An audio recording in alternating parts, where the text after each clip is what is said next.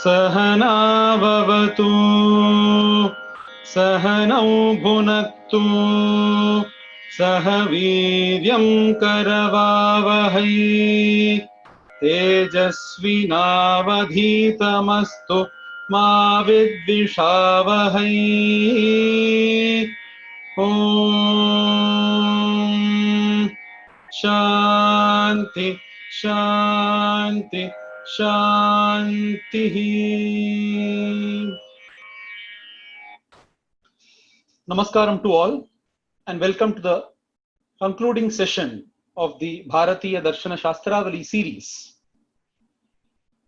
The concluding session, just like we heard about Vedanta or the Upanishads being the culmination of the entire Vedas and the cream.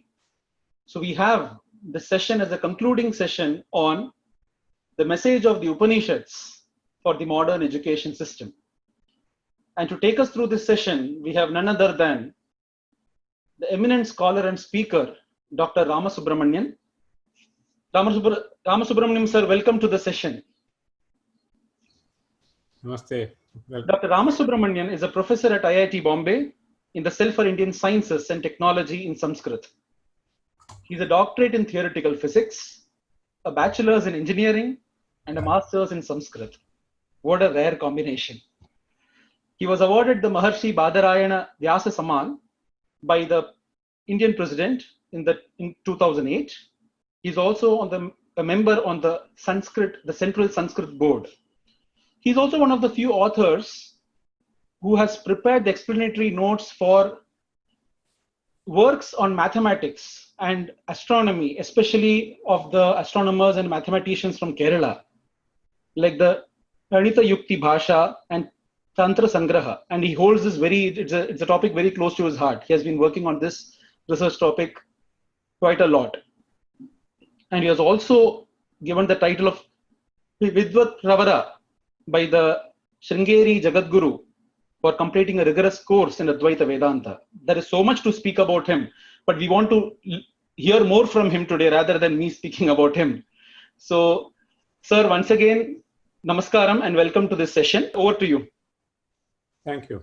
Yontah pravishya mama vachamimam prasuttam sanjeevayathyakhila shakti-dharasvadhamna anyanscha hastacharana-shravanatvagadin pranam namo bhagavate purushaya tubhyam yam gurum hi swayam satyaha prajna bhakti vinitayaha deeptischaभिव्रता nityam tam gurum pranamamyaham sadashivasamarambham shankaracharya madhyamam Asmadacharya-paryantam Bande Guru Paramparam.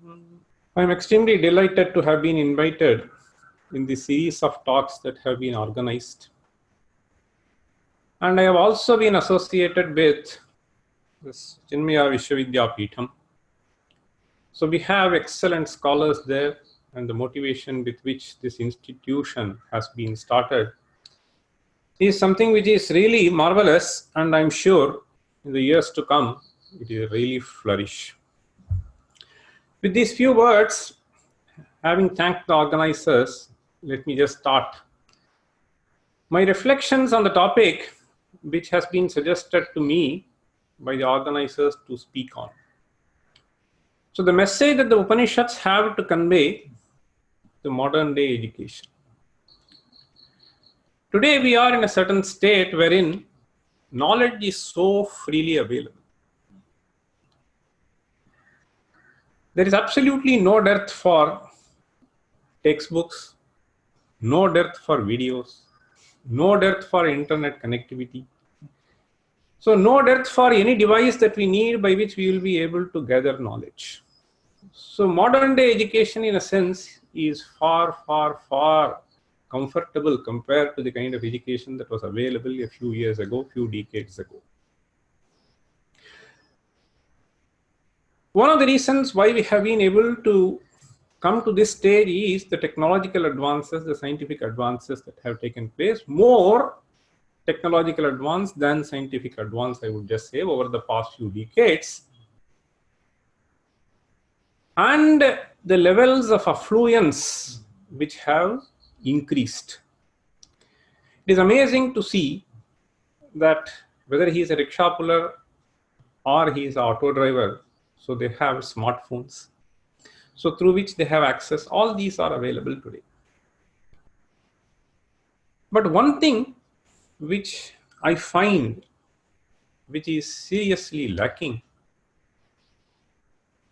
as students who have passed through the corridors of these modern institutions receiving this modern education, is the values that are most important in trying to build a life for oneself and provide the life for planet. So there are certain things which are extremely important irrespective of the field that we choose to pursue.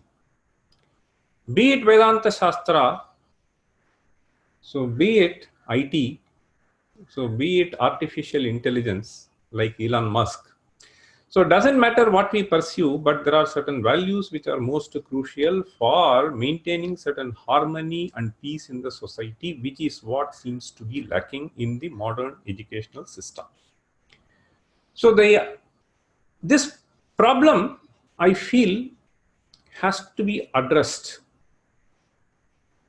only by resorting to scriptures which have been providing immense satisfaction to the people who have been living in this earth. The systems that have been providing a certain way by which you will be able to build harmony in the society. A system which was enabling you to care for all other beings than being self-centric. So that is the system which we have to refer to. And this is none other than Upanishads. In fact, Upanishad, the very word, stems from a root which is called Sadhu. Sader dhatoho visharanagatyavasadanarthatvat. So this is how Bhagavad Pada begins his commentary to a Upanishad called Kathopanishad. I can pitch this talk at the very intricate concepts that have been provided in the Upanishads. I can also pitch this upon certain important episodes that have been narrated in the Upanishads. I thought that I will start with the episodes through which we will be able to learn the lesson, and finally get into the ultimate message which the Upanishads have to convey to us. The word Upanishad, as I was mentioning, stems from the dhatu Sadhu, which has three meanings: Visharana, Gati, Avasadanam. So there will be other lectures in which I would have dwelt upon this in great detail. But one thing which I want to say here is Visharanam means something which gets shattered away. So Sadhu refers to shattering away. And with the prefixes Upani, etc. So this word conveys to us that by resorting to this literature, you will be able to shatter away. Shatter away what? Shatter away the afflictions that is being undergone by the individual, family, as well as the society. So this Upanishad is a certain literature which will enable you to elevate yourself in such a way that you become acceptable for yourself, for your family members, for the institution for which you work, and for the whole world. Now the problem is you are not acceptable to yourself. You are not acceptable to the family members. You always develop some sort of a conflict. You are in a state of affliction most of the time. And in order to eradicate the afflictions, you try to induce certain chemicals into you, by which you try to finish yourself as well as the society, as well as the universe at large. So this is what we need to learn from Upanishads. Let me start with very fundamental principles which we need to observe irrespective of which profession we choose, as we can learn from simple episodes in Upanishads. There are several episodes in Upanishads.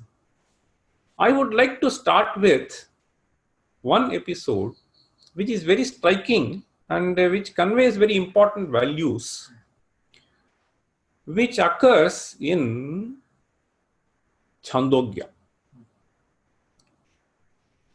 Chandogya Upanishad has various episodes. The 6th Adhyaya of Chandogya Upanishad commences with an episode wherein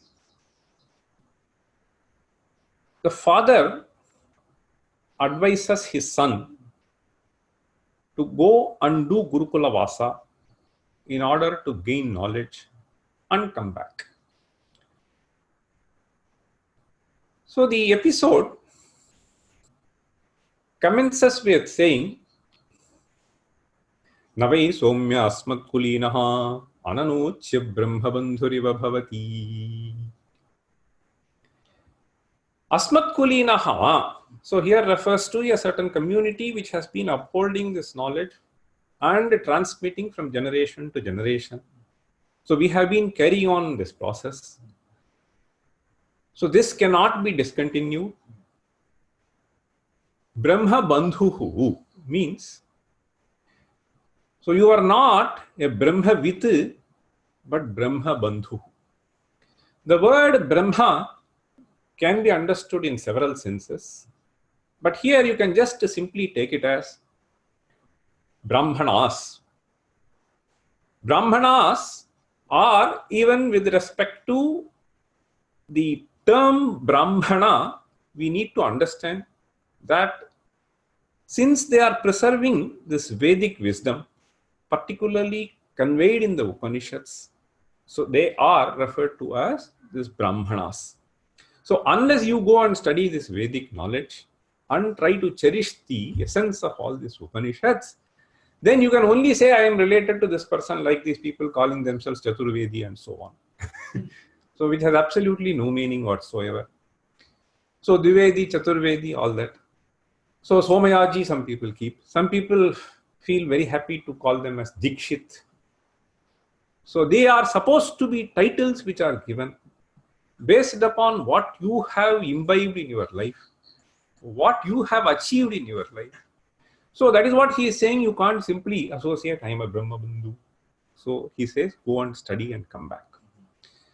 So then he says, Sahad Dvadasha Varsha Upeti Chaturvimshati Varshaha Sarvan Vedan Adhitya Mahamana Anuchanamani Stabdhaha Eyaya.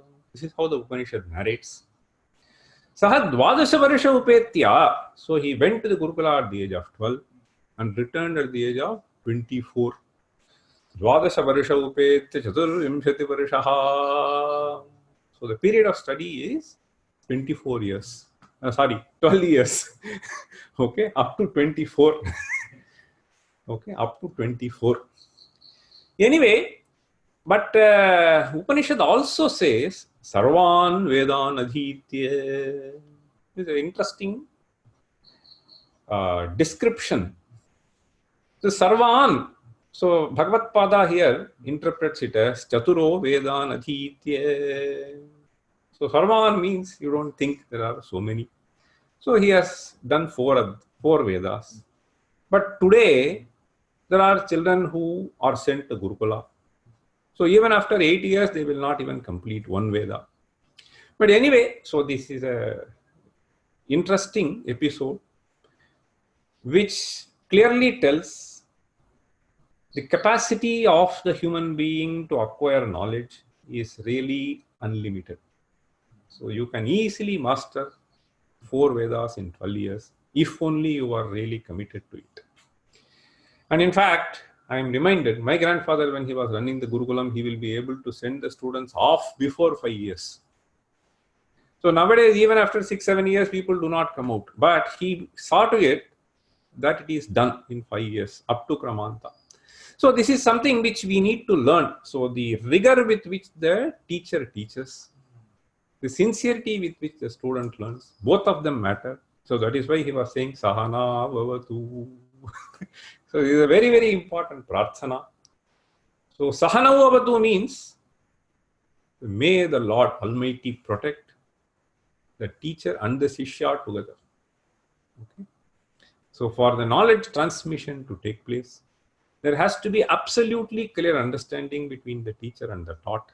Otherwise, this cannot happen. So therefore, we start with this prarthana, Sahana Vavatu. Each of these Shanti mantras by themselves are really wonderful things. Really, really wonderful. I'm sure, so these great saints like Swami Chinmayananda, Dayananda, and so on, they have expounded it in great detail. But anyway, so Chaturvimshati Varshaha, so this fellow returns. So this Upanishad says, Sarvan Edan Adhitya Mahamanaha Anuchanamani Stabdhaha. There are three words which have been employed to describe how this fellow came back. Mahamanaha means Mahat Gambhiram Manaha Yasya Saha. So this is how you can give the Vigraha. What is this Gambhiryam? This Gambhiryam means, so this fellow thinks that there is absolutely no one who is equal to me. Atmanam Anyehi Asamam Manyamanaha. Asamam Anyehi Manyamanaha. So I have mastered who is there like me. So this is the feeling. Mahamanaha. The other one is Anuchanamani. So Anuchanamani essentially means, so there is no need for me to learn from anybody. I need not listen to anybody. Nobody can actually beat me even in the Vakyartha, etc. So this is the kind of a thinking. Stabdhaha means Apranata Swabhavaha.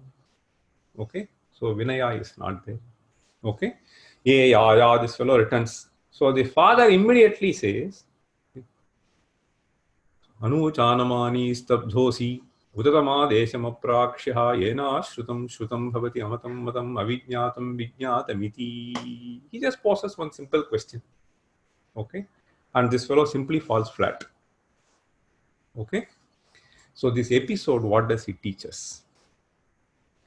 So the episode teaches that the primary purpose of education is to inculcate Vinaya in the Vidyarthi. If Vinaya, humility, is not inculcated, then it is no Vidya at all. I wonder if modern education provides opportunities for people to turn themselves more humble than when they enter the portals of the institution. So this is something which is extremely important from the episode itself. What does the episode teach? So it teaches, be it parent, be it teacher.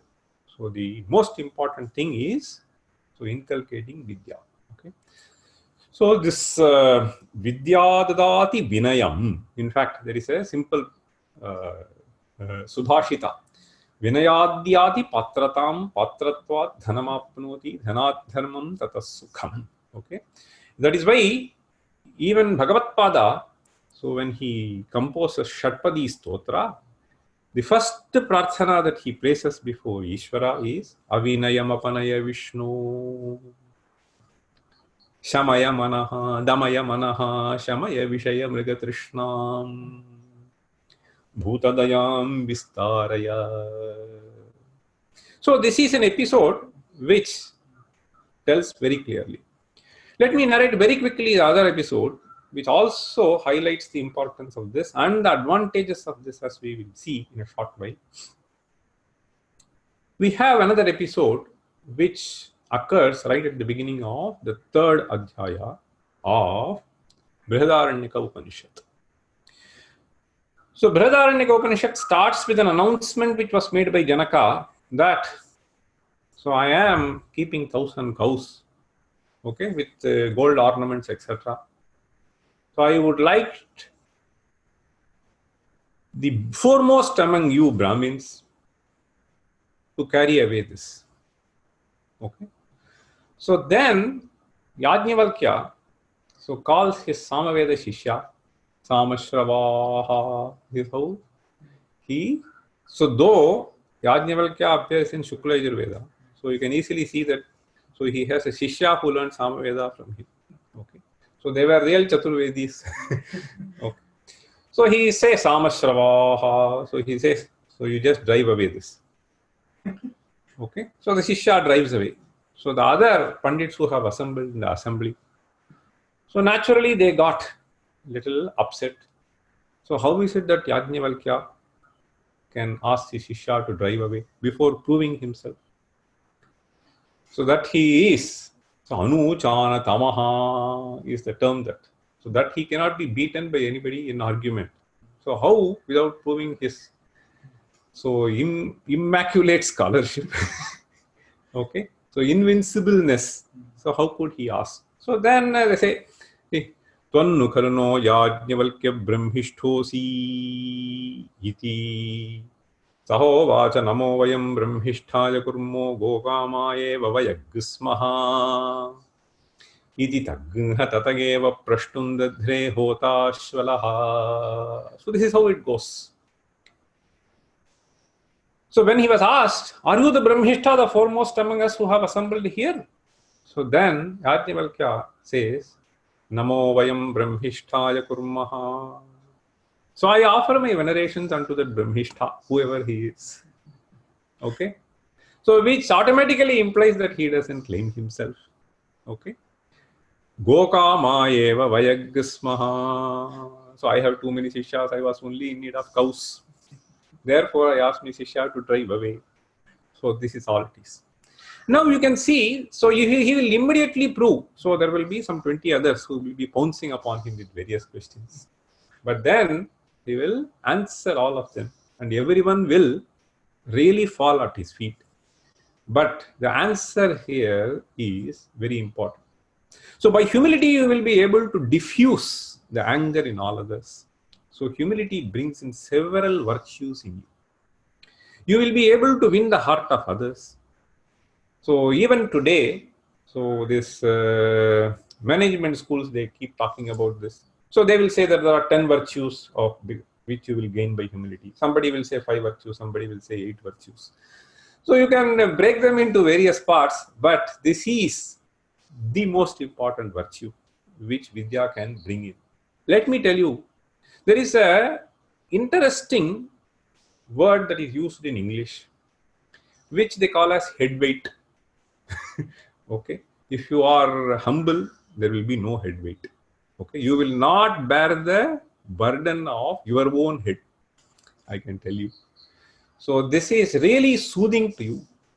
So you will be conducting yourself in such a pleasing manner that everyone would love to work with you.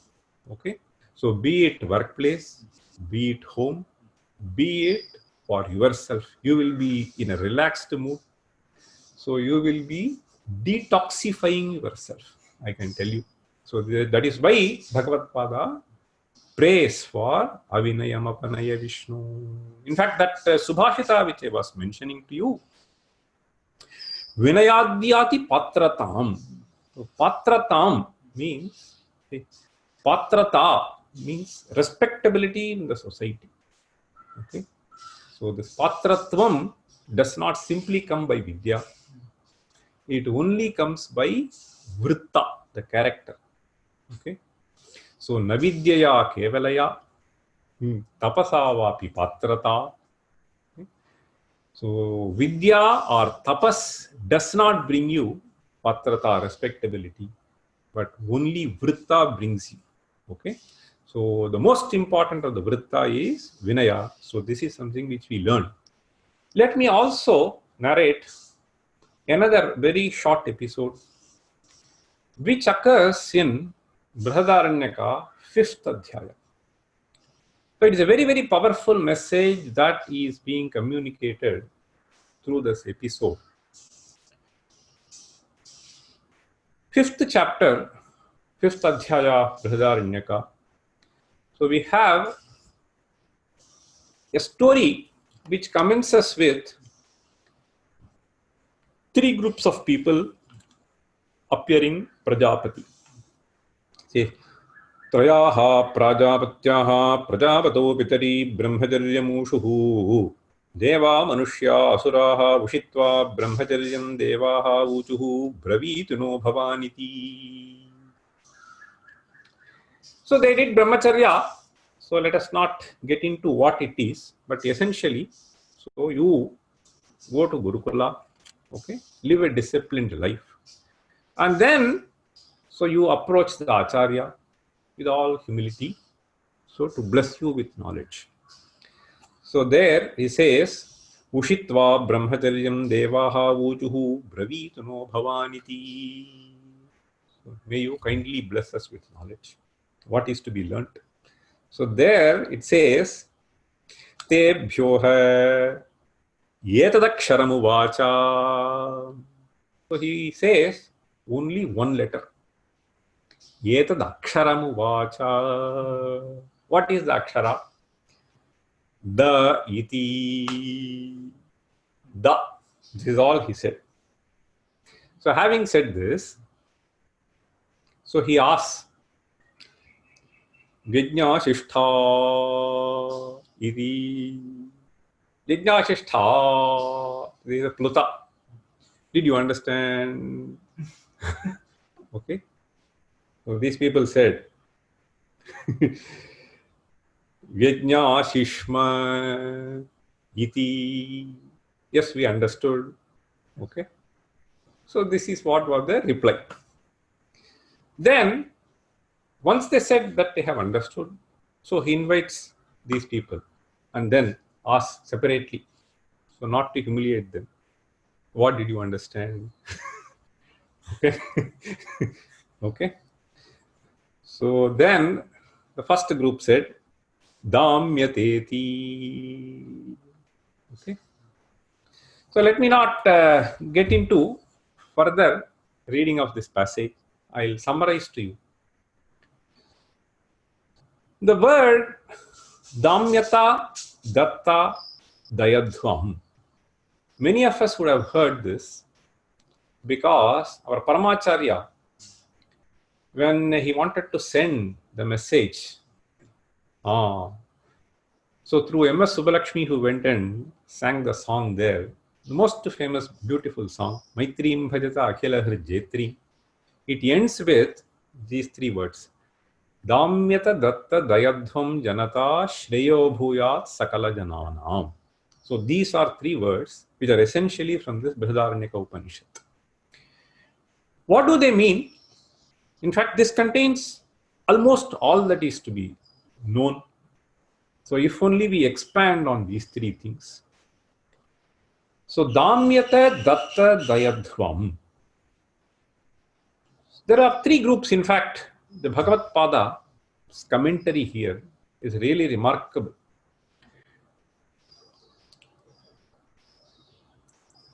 Devaha, Manushyaha, Asuraha. All of them are described as Prajapatyaha. So Prajapatyaha means, so they are coming in the lineage of Prajapati. Okay. So one can take it to higher levels.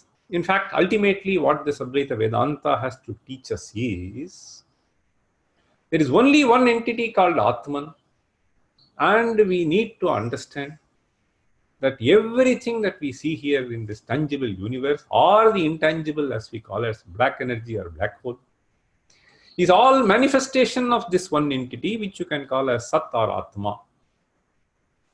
So this is all this says Vedanta. In fact, the most important message is conveyed by one of the shortest Upanishads, Ishavasya Sarvam. That is all it is. So it commences with this Ishavasya Upanishad.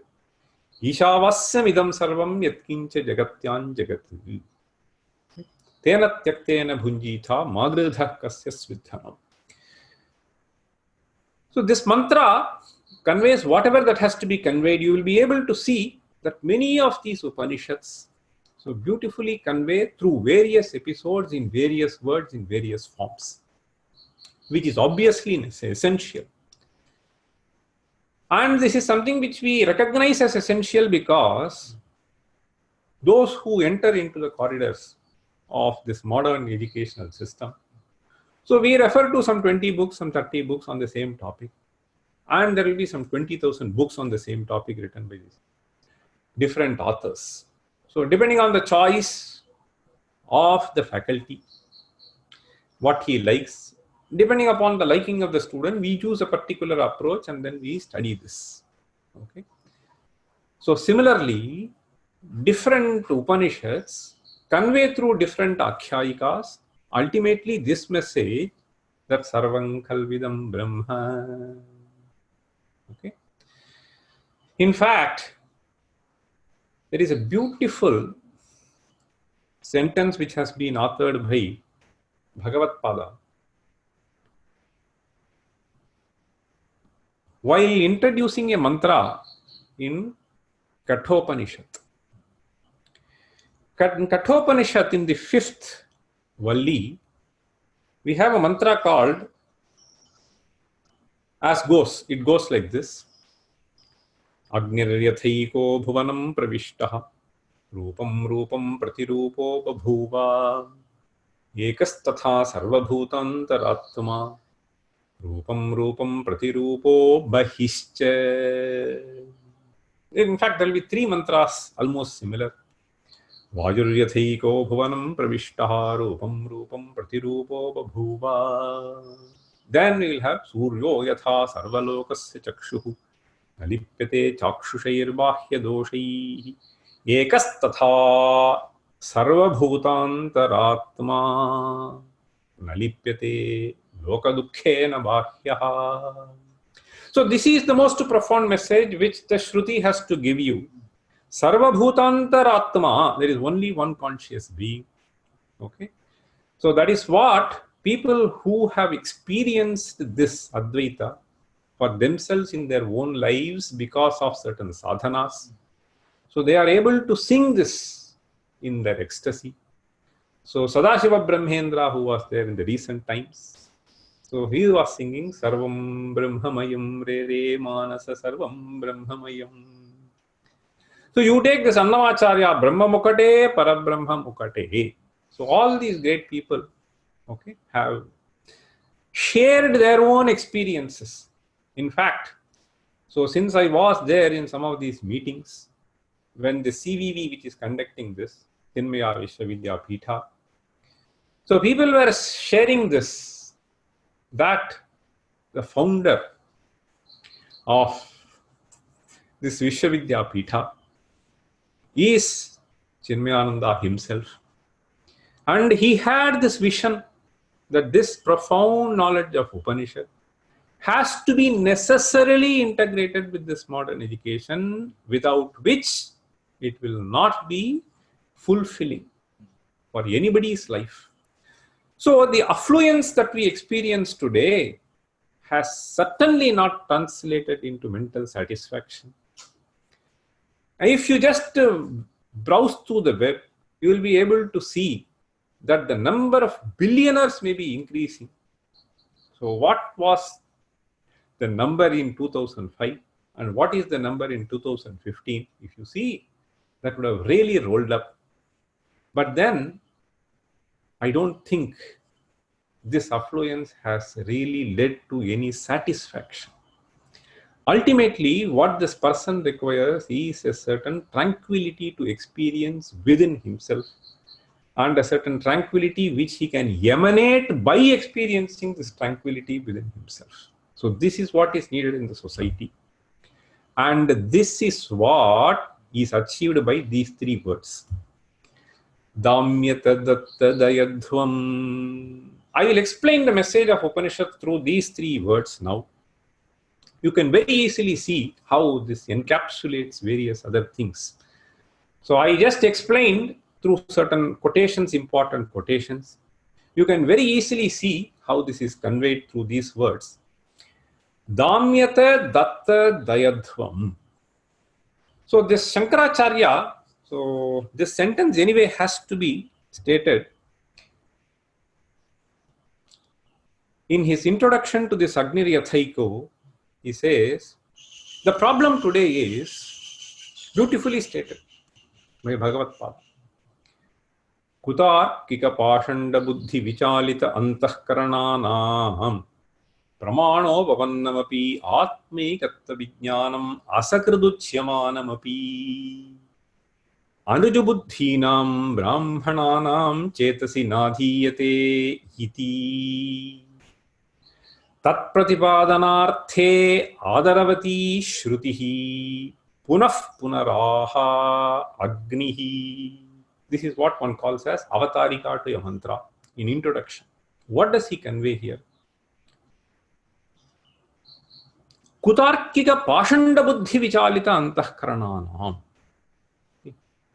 Kutarkika and pashanda, they are strong terms that have been employed by Bhagavad Pada, which is what is currently happening. So people are sort of misled with false information. So in the name of management, in the name of certain other things, in the name of various other things, this modern education does not really help people to inculcate the values which will sustain the planet. So that is why he is saying, Kutarkika pashanda buddhihi. So pashanda is a certain term which is used to refer to a group of people who do not have any sort of reverence for what is stated in the Vedic scriptures. In fact, the term stems from two words. Like this Upanishad, we have Paha and Shanda. So Paha Shandayati iti Pashandaha. So I can go on this, but I just wanted to tell you that Paha refers to this Trayi Dharma. So why is it called Paha? Patiti Paha. So it protects. So this Vaidika Dharma really saves the planet, saves the individuals, saves societies from various kinds of conflicts. So this is called Paha. Shandayati means the one who severes this, the one who trashes this. How does he trash? Kutarkika. Okay. So by fallacious logic. So Kutarkika pashanda buddhi vichalita antahkarananam. So without knowing what to set as the goal in your life, you are driven away by a kind of education, and thereby you lose yourself, you lose the peace within yourself, and you only emanate a certain dissatisfaction by which you make others dissatisfied. So this is what is happening. So here Bhagavad Pada says, Vichalita antahkarananam. Vichalita means, so there is a certain path which has been beautifully laid out by people with thousands and thousands of years of experience. So you completely discredit the path, and then within a few minutes or a few years of your revelation, you come up with a theory as if this is what will hold the earth, which will be knocked off the second year. So this is how things are happening in the social studies and various other disciplines. So here he says, Kutarkika pashanda buddhi vichalita. So what happens is, this modern education does not provide a pole to hold strongly, which will make them stand for values. So he says, vichalita antahkarananam. It is only by spoiling the intellect you will be able to spoil the society, not by bombing, which is what is happening. So here he says, Pramanopavannamapi Atmaikattva Vijnanam. Atmaikattva Vijnanam, it is a very, very, very profound philosophy which has been presented to us. By understanding and appreciating which, you will be able to spread care for the entire world. You will never end up with conflicts. You will only be spreading love and affection. So that is what Advaita is all about. So are you not loving yourself? You are loving, obviously. Are you not caring for yourself? You are caring, obviously. And if this Atmaikatva is understood, then the care will naturally flow. Who can resist that care? So that is the knowledge. That is the knowledge which is there, which is available in this Upanishads. Atmaikatvam essentially means Atmaupamyena sarvatra samam pashyati Arjuna sukham va yadiva dukham sayogi paramo mataha. So this is the ultimate message of Upanishad, which has been stated time and again. And this has been stated time and again with various pramanas. So that is what Acharya says, pramano papannamapi atmaikatva vijnanam. So for you to understand any theory, so be it some basic language, be it some Pascal language, be it Python language, be it whatever, in whichever field it is, you have to undergo certain training, otherwise you don't understand the symbols. And for you to understand this Advaita knowledge, should you not discipline yourself? Should you not practice yourself? Should you not train yourself? And this training has to be laid at some level when they are young. So to understand the values and what values should be upheld, so that there is harmony all over the world. So that is what he is saying. Pramano papannamapi atmaikatva vijnanam asakriduchyamanamapi. Asakriduchyamanam means it has been repeatedly stated. Asakriduchyamanamapi Anujubuddhinam brahmananam chetasi nadhiyate, doesn't enter into their minds. Why? The mind has started thinking crookedly. It has been polluted by other thoughts. That is what he's saying. If it is Rijubuddhi, it will immediately absorb. Anujubuddhinam brahmananam chetasi nadhiyate iti.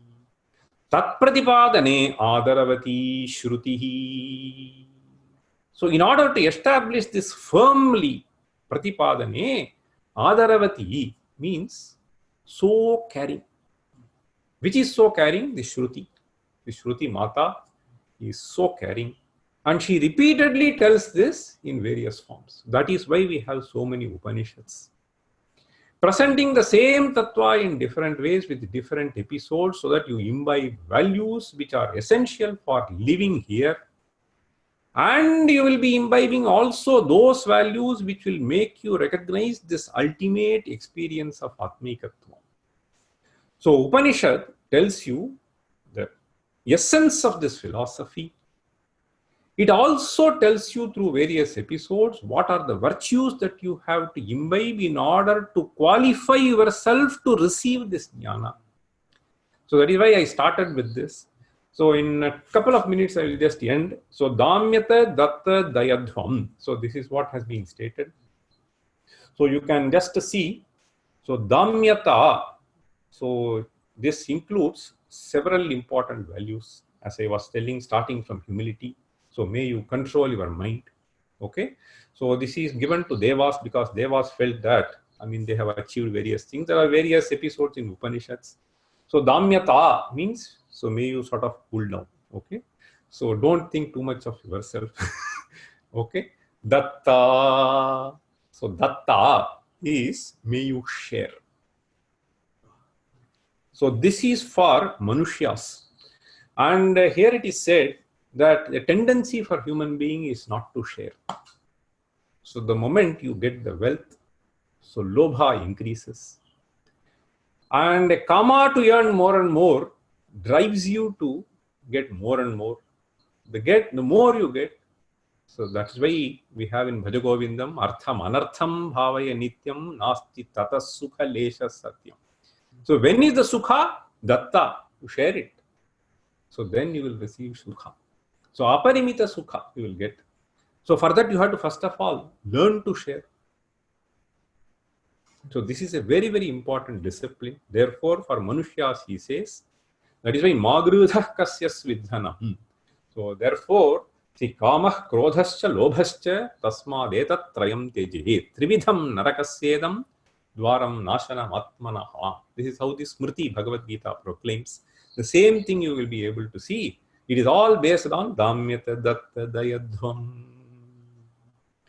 So Datta is for Manushyas and Dayadhvam is for Asuras. So Asura is basically a certain framework which makes you do himsa for others. This himsa by exhibiting anger. So it need not necessarily be taking the stick and beating or firing as they do in US. So this is not necessarily himsa. So himsa, even if you think bad of others, it is a himsa. You need not necessarily do any verbal transaction or physical transaction. So even if you think in your mind, so this is himsa. So dayadhvam means may you have sort of karuna. Never ever do himsa. So himsa can be physical, verbal, mental. So all these things have to be avoided. So this is the message that through the word da it has been given. And for those who have not read this particular section of Bhagavad Pada's commentary, I would strongly recommend you to read this. So fifth adhyaya. So in fact, he goes on and then says, is it the Deva Asura Manushya group or is it only for Manushyas? Even Manushyas can be considered as Devas, provided they elevate themselves with these values. So if they do not, you just describe them as Asuras. So it need not necessarily for three groups in three different worlds. So here in the same individual, all three manifest at different points of time. It is for you to analyze yourself and then try to elevate yourself. This is a very, very profound message which the Upanishads have offered to us. So I think I will just stop this because I was told I should speak for about 40-45 minutes and then leave 15 minutes for discussion. So I think I will just stop here. So as I was instructed. So thanks for giving me this opportunity. It is up to the moderator to take over. Dhanyavada. Namaste. Namaskaram, sir. I would actually want to take back my words and say that we want to keep hearing you for many more minutes, actually. The restriction of time is becoming a bit problematic here. Sir, maybe just to extend it, I think the beautiful message that you gave is that ultimate truth of Advaitam, of the Advaita Vedanta that speaks about your identity as that supreme. I think that is the ultimate message of the Upanishads, which probably the modern education system is far away from that, even speaking about it or even thinking about that truth or that aspect.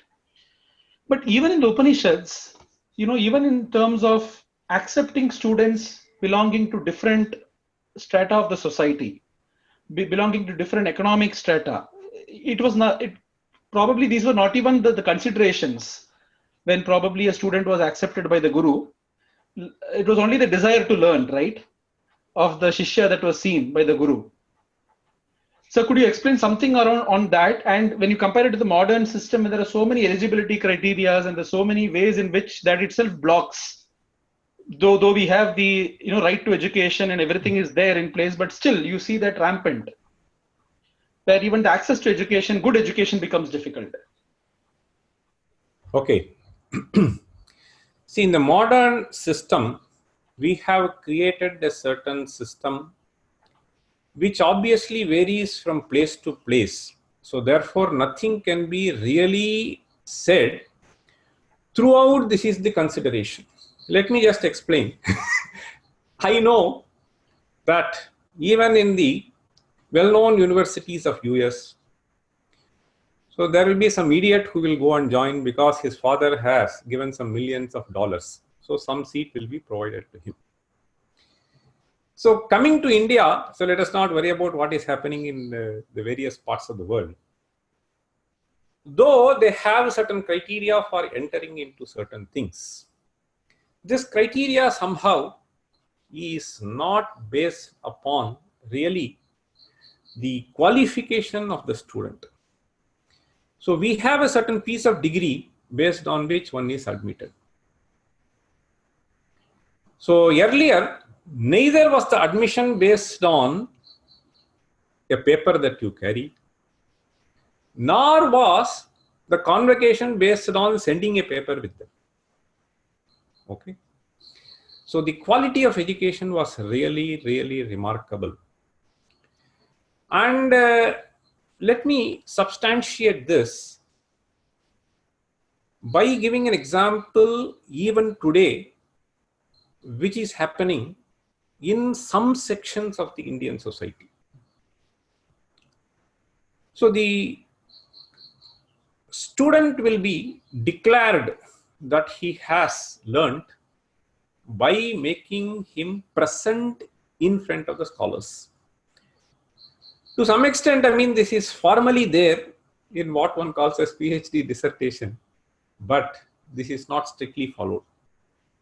So here, what one has to do is, so one has to present himself in the assembly of scholars, given a topic, and you should be able to come out of this. Now the question is with reference to admission. So admission, I wouldn't say that all students were admitted everywhere, because even for admission into the class, you may be admitted into the Gurukulam. But if you look at some of these episodes in this Gurukulam, so immediately the teacher will say, Vasa Brahmacharyam. Okay, this you will see in various Upanishads. So you have to stay there for some time, and then only the knowledge will be removed depending upon some knowledge will be removed, some knowledge will be transmitted, transferred, and so on and so forth. Okay. So this Brahmacharya period, if you have some false notions, the teacher will try to guide you through. Okay. So in fact, there are Shaddosha of Purushenehe, Hatavya, Bhuti Michhata, Nidra Tandra, Bhayam Krodhaha, Alasyam, Dirgha Sutrata. So for you to learn, so first thing, even in my own Gurukula, I remember when I was 45 years younger than what I am now. So the way my grandfather used to do was, so if he is somewhat alasya, etc., Nidra Tandra, Bhayam Krodhaha. So all these things have to be slowly, this fellow has to drop. Okay. So as far as the Upanishadic literature is concerned, based on the episodes, if I were to give answer, I must tell you that there also some sort of a qualification in terms of proving oneself, not necessarily when you enter. Okay. So some test will be done so that you learn, and then the knowledge can be shared with you.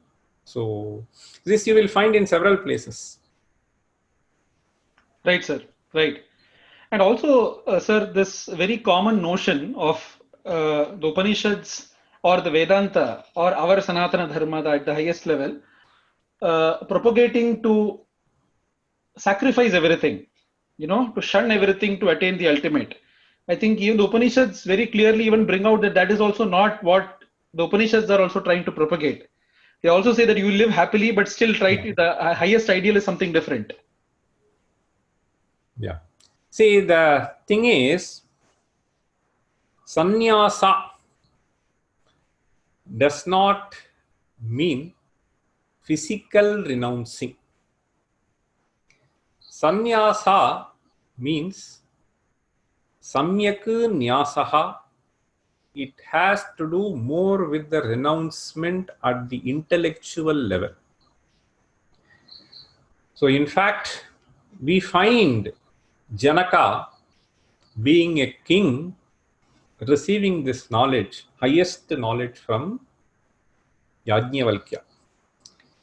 So this doesn't mean that Janaka was in forest, but that also does not mean that everybody, by engaging in all kinds of activities, he may be able to receive this knowledge.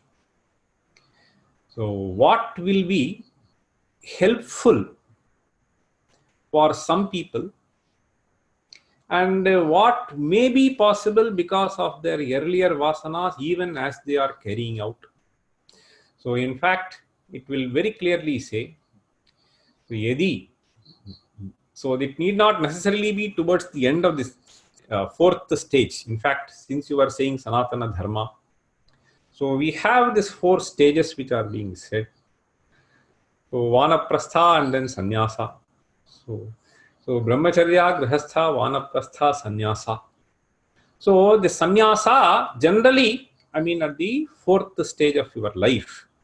But the Shrutis will also say, Yadiva idharatha. So Brahmacharya deva pravrajet grihadva vanadva. So there is nobody who can stop you from going to Himalaya if you decide to go. Okay. So the issue is, nobody can drive you to Himalaya also. So it has to be something which has to be assessed by the individual. And it is extremely important that this person tests himself very well before taking sannyasa. Otherwise, you will be polluting the ashram as our politicians are doing. Okay. So first of all, you have to clean your mind before becoming a politician. And it is far more important for you to take sannyasa. True, sir. No, absolutely. I think it was a very important point to mention, especially to the modern thinkers. The other aspect, sir, which is also coming up as a lot of questions is, now we know that, as you rightly said, the modern education system at many places, it doesn't integrate. It doesn't bring this integration. There are few institutions that do that, but not many institutions are able to do it. So as parents, what would be your words of suggestion of if they have to bring this integration? Maybe at home it has to happen, probably. Maybe the school teaches only up to one level of secular education, and the rest of the education about this integration has to happen at home. So what would be your few words of suggestion on how to do this and what is to be done? Yeah. See, based on my own experience, I must tell you that number one, parents have to set the right example. So if they keep watching something and they ask their children to read Bhagavad Gita, this will not work. So you keep reading Frontline, whereas you ask them to read Bhagavad Gita, this is not going to work. Irrespective of your age, so you have to set the right example first, number one. Number two, so this has to start when they are very young.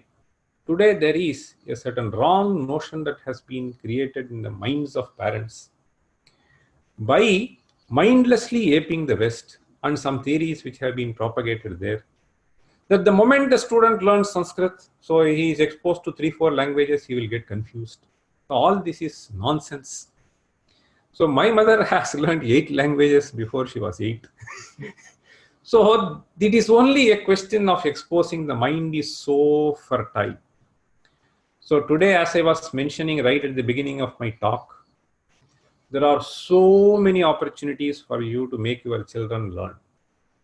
So the only thing that you have to do is not encourage them playing games. So in the iPad and the mobiles. So you have to stop this. You should not keep operating television all the time. And ask your children not to watch television. So this is not going to work. So you have to practice before you teach your children. And you should not shun from saying that this is wrong, you cannot do. You cannot shun from disciplining.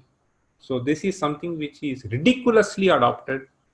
So neither the teacher can fire the student, nor the parents can open their mouth. I mean, that is true in US, definitely I know. But here it is not that bad. But the point is, so once I went to some school, which was started maybe some 15 years, 20 years ago. So inspired by the messages of some Swamijis. But when I went to the school once, so I was shocked to see that they say children have to be treated with respect and dignity. This is silly. So you are starting a primary school. Where does the notion of respect and dignity come? So if he is an adult, it makes some sense. So children, if they had written, have to be treated with love and affection. This is understandable. The moment you say respect and dignity, you can't open your mouth. You have to be like a bureaucrat, diplomat. This is silly. So parents have to do sama, dana, beda, danda. So all have to be adopted. So you can't say that by sama itself I will achieve everything. So nothing will work. Absolutely, sir. I think amazing points from you. And as I mentioned earlier, we would have loved to hear you more and more. But unfortunately, due to the limitations of time, maybe we'll have to stop it early on. And to the audience, to the participants, I forgot to mention one important point during my introduction, that Dr. Ramasubramaniam sir is actually the son of Mahamahopadhyaya or Krishnamurti Shastrigal, was the former principal of the Madras Sanskrit College. So the very tradition that he comes from itself is a fertile ground for it has created the foundation for him for all these things. And then later on, of course, this beautiful integration that he has done with respect to the science, the engineering aspect, and our traditional Vedanta. So, sir, it's as usual. It's always been a great pleasure listening to you, and it was the same even this time. Before I close the session, I would like Dr. Mahulikar ma'am to speak a few words. I think after Ramasubramaniam sir speaks, there is nothing remains.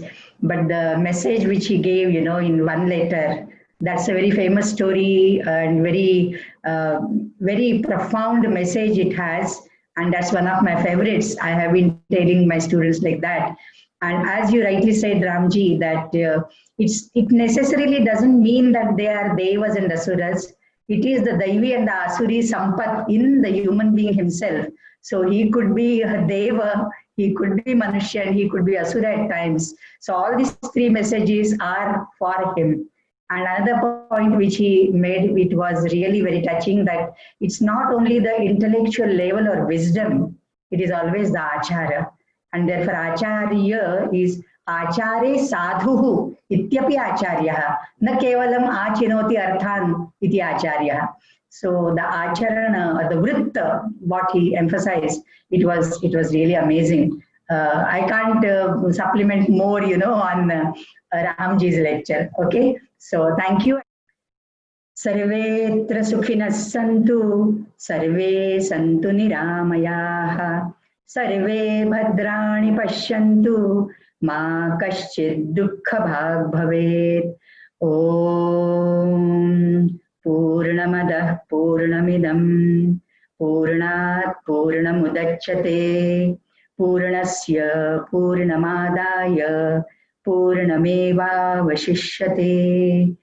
Om Shanti Shanti Shanti. Harihi Om. Shri Gurubhyo Namaha. Harihi Om.